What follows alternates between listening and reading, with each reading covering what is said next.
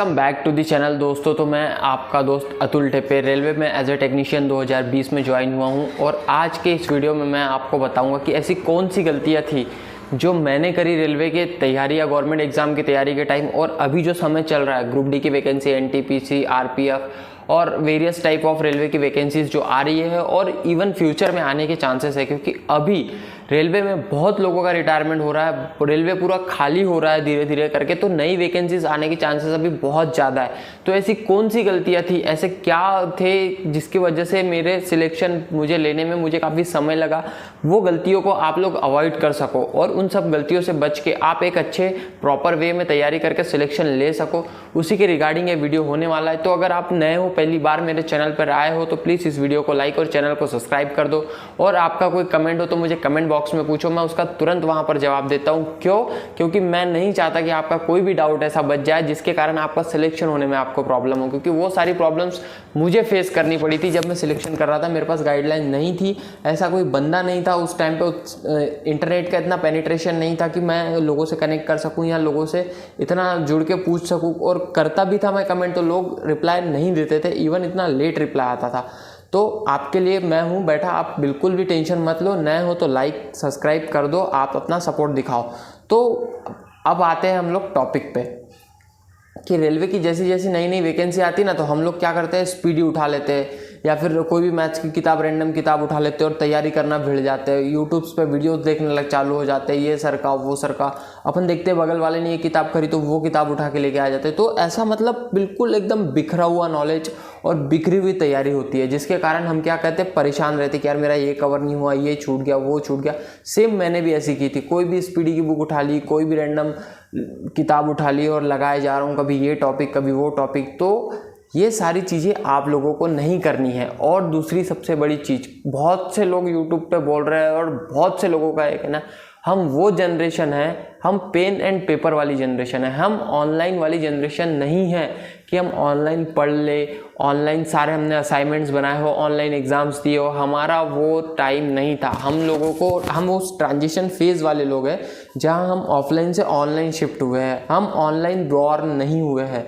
तो कोशिश करो, अगर आप एक जॉब पर्सन हो तो ऑनलाइन कोर्सेज परचेस करो, कि ऑनलाइन कोर्सेज परचेस करके उसके नोट्स बना के आप तैयारी करो। अगर आप एक एस्पिरेंट हो, अगर आपके घर वाले इतने सक्षम हैं कि आप लोगों को तैयारी के लिए समय दे रहे हैं, वक्त दे रहे हैं, पैसा दे रहे हैं और वो सारी फैसिलिटी दे रहे हैं, तो कोशिश करो एक न एक ऑफलाइन बैच ज्वाइन करने की। पर्सनल मेरा एक्सपीरियंस बता रहा हूँ, मैंने ऑफलाइन बैच ज्वाइन किया था Mahindra and Mahindra coaching classes का, और मैं आगे और आपको बताऊंगा कुछ अच्छी ऐसी मतलब सीक्रेट्स तैयारी के कि वो आपका सिलेक्शन फास्ट करवा सकती है। वरना आप इन्हीं वे में तैयारी करते हुए कई लोगों को देखा होगा जो 4-4, 5-5 साल तैयारी करते हैं मेरे दोस्तों, पर उनका सिलेक्शन नहीं हो पाता है। वो स्टिल तैयारी ही करते रहते हैं, with in 1 number 2 number 5 number से छूट जाते हैं। तो उन्हीं का कारण वही होता है भाई, तैयारी मजबूत होनी चाहिए तो ही आपका सिलेक्शन होगा, अदरवाइज नहीं होगा।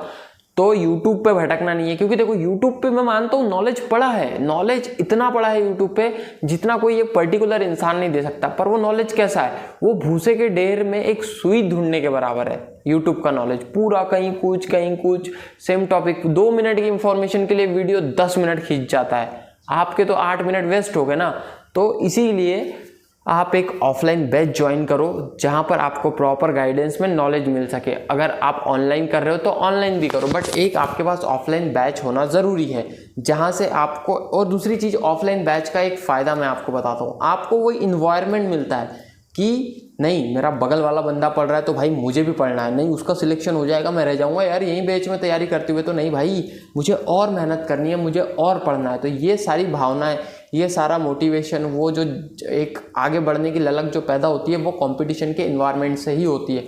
अदरवाइज ऐसा घर पे बैठ के तो हम फिर शेर बन जाते हैं, अरे मैंने इतना पढ़ लिया है ऑनलाइन, अरे सर का लेक्चर कंप्लीट कर दिया, 1.5x इवन 2x में वीडियो चला के हम लोग देखते, जाता सब सर से ऊपर है, लिख लेते वीडियो को पॉज करके, और जब प्रैक्टिस करने जाता है इंसान तो फिर हवा हो जाता है। ये होता है या नहीं होता, आप मुझे कमेंट बॉक्स में बताओ। ये मेरा पर्सनल एक्सपीरियंस है, इसलिए मैं आप लोगों के साथ शेयर कर रहा हूँ कि ये सारी गलतियाँ आप लोग मत करो।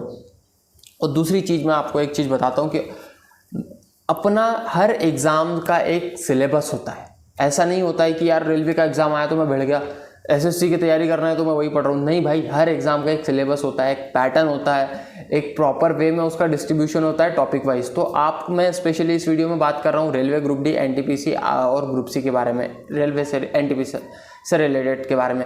तो भाई अब हम लोग ग्रुप डी की बात करते हैं, क्योंकि ग्रुप डी की वैकेंसी अभी आई है और उसी का अभी पूरा मतलब सिनेरियो चल रहा है और सब कुछ सेम होता है रेलवे में ना, तैयारी का पैटर्न। तो ग्रुप डी की वैकेंसी में हम लोग देखते हैं तो मैथ्स है 25 नंबर की, साइंस है 25 नंबर की और रीजनिंग है 30 नंबर की, और जीके और करंट अफेयर है भाई 20 नंबर का। तो मैं ये बोलता हूँ अगर आपका मैथ, साइंस और रीजनिंग कमज़ोर है तो मैं बोलता जीके जीएस की तैयारी करो ही मत। बिल्कुल कोई ज़रूरत नहीं है देखने की, उसको आखिरी के 10-15 दिन में देखा जाएगा भाई। जहाँ वेटेज 80 नंबर का है उस 20 नंबर में अपना समय मत गवाओ। मैथ्स और साइंस और रीजनिंग को मजबूत करो और उनके टॉपिक को बहुत अच्छे से पढ़ो। जो टॉपिक आपके कमज़ोर है उनको पहले कवर करो। जिस टॉपिक में आप मजबूत हो उन पे ऐसी पकड़ बनाओ कि बस मुझे इसका एक रिवाइज करने की देर रहेगी, इसके अलावा मुझे इसको ज़्यादा पढ़ने की ज़रूरत नहीं है। उनको इस तरह तैयार करो। रीजनिंग का 30% है। रीजनिंग और मैथ्स इन दोनों को हल्के में मत लेना कभी। देखो मैथ्स और रीजनिंग का आदमी क्या सोचता है कि मैं फॉर्मूले पढ़ लेता हूँ और फॉर्मूले पढ़ने के बाद यार फिर मैं बना लूँगा क्वेश्चन। नहीं हो, ये गलती बिल्कुल मत करना। ये गलती स्टार्टिंग में मैंने की थी। अरे मैंने कहा यार रीजनिंग और मैथ्स तो क्या फॉर्मूले का खेल है, सिर्फ फॉर्मूले पढ़ लूँगा और सवाल लगा दूंगा फॉर्मूला लगा के। अभी तो मैं फोकस करता हूँ, मैंने कहा साइंस पे, जीके पे, करंट अफेयर पे। मैंने कहा ये तो मेरे को याद करना पड़ेगा। तो भाई साहब इस भ्रम में बिल्कुल मत रहो। मैथ्स और रीजनिंग प्रैक्टिस का गेम है, टोटल प्रैक्टिस का गेम है। मैथ्स और रीजनिंग की जितनी अगर आप प्रैक्टिस कर सकते हो, जितनी बार एक सवाल को मैं बोलता 10 बार लगा सकते हो तो लगाओ, वर्थ इट है। 10 बार लगाना वर्थ इट है मैथ्स और रीजनिंग का। इसके अलावा उसका कोई दूसरा उपाय नहीं है। तो मैथ्स और रीजनिंग को भाई बिल्कुल एकदम जितनी बार हो सके उतनी बार तैयारी करो। साइंस को डेली बेसिस पे पढ़ो।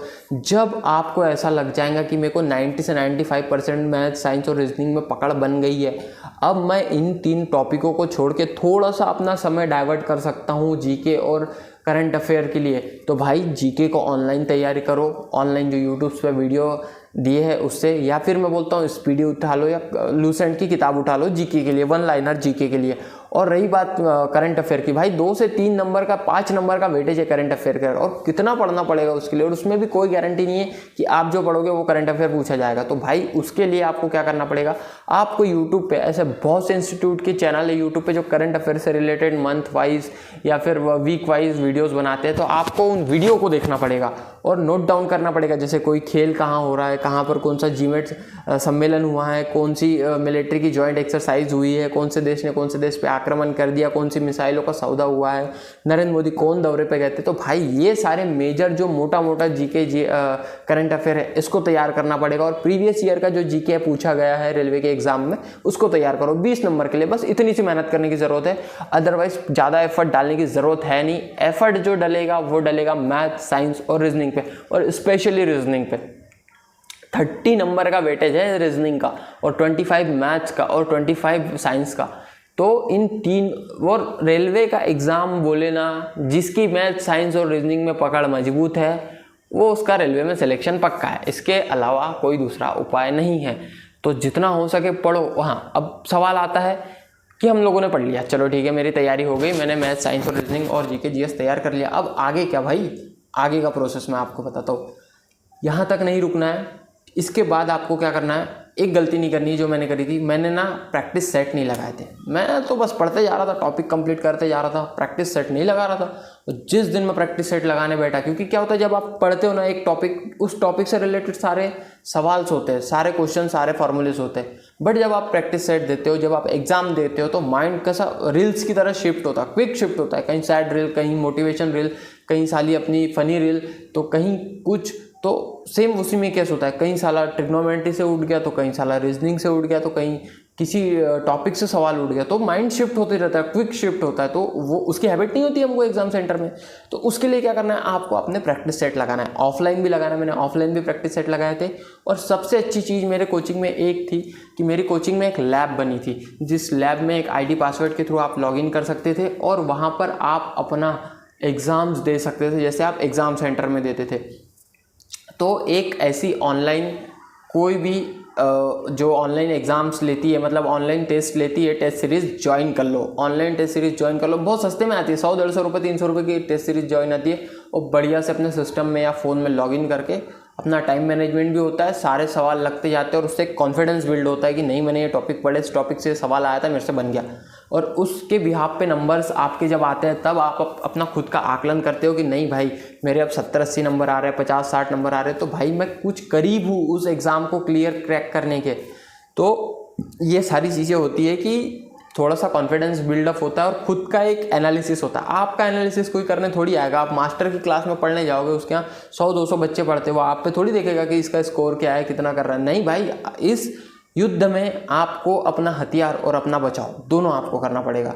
ढाल भी आपकी और तलवार भी आपकी। तो भाई इसलिए टेस्ट सीरीज़ दो, ऑनलाइन टेस्ट दो, ऑफलाइन भी दो और खुद का आकलन करो, तो उसी के बिहाफ पे आपका सिलेक्शन होगा। ये चीज़ें मुझे बहुत लेट पता लगी, ये प्रोसेस मुझे बहुत लेट पता लगा, ये मैंने खुद से डिस्कवर किया खुद के लिए। हालांकि ये अवेलेबल था बट मुझे नहीं मिल पाया, वो सोर्सेस नहीं थे, तो मैंने खुद से अपने लिए बनाया। और इन सब चीज़ों को मैं आप लोगों के साथ शेयर इसीलिए कर रहा हूँ कि किसी के आने वाले 1.5 से 2-3 साल खराब ना हो।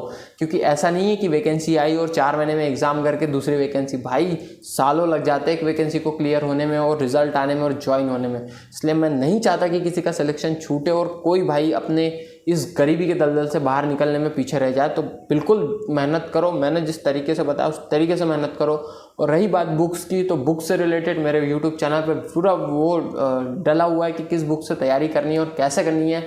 Math, science, reasoning particular videos बने हुए हैं, आप उसको जाके चेकआउट करो। और अगर आप यहाँ तक मेरा अगर भाषण सुने हो तो मैं बिल्कुल ये मानता हूँ कि आप डेडिकेटेड हो सिलेक्शन के लिए और आपका सिलेक्शन बिल्कुल होगा, क्योंकि आप मेहनत उस चीज़ को अभी तक सुन रहे हो कि कैसे प्रोसेस है, तो आप ज़रूर उस चीज़ को कॉन्कर करोगे। और मेरी आप बीच में मैंने इसलिए नहीं टोका क्योंकि वो जो समझाने का फ्लो है ना वो टूट जाता है, और बीच में मैं सब्सक्राइबर की भीख मांगूंगा तो वो मुझे पसंद नहीं है। अगर आपको वीडियो अच्छा लगा हो, इन्फॉर्मेटिव लगा हो, तो इस वीडियो को लाइक भी कर दो, चैनल को सब्सक्राइब भी कर दो और एक प्यारा सा कमेंट कर दो। और कोई डाउट हो तो वो कर दो, मैं रिलेटेड उसका जवाब तुरंत देता हूँ कमेंट का। और अपने दोस्त के साथ यार इस वीडियो को शेयर कर दो। तो मिलते हैं नेक्स्ट ऐसी इन्फॉर्मेटिव रेलवे से रिलेटेड जो भी नॉलेज आएगी, जो भी जानकारी आएगी, जो भी अपडेट आएगी, मैं इस चैनल के माध्यम से आप लोगों के साथ शेयर करूँगा। तो मिलते हैं नेक्स्ट वीडियो में। तब तक के लिए अपना ध्यान रखें, अपने परिवार का ध्यान रखें, बढ़िया से पढ़ाई करें, मेहनत करें और रिजल्ट लाए और अपने परिस्थिति को बदले।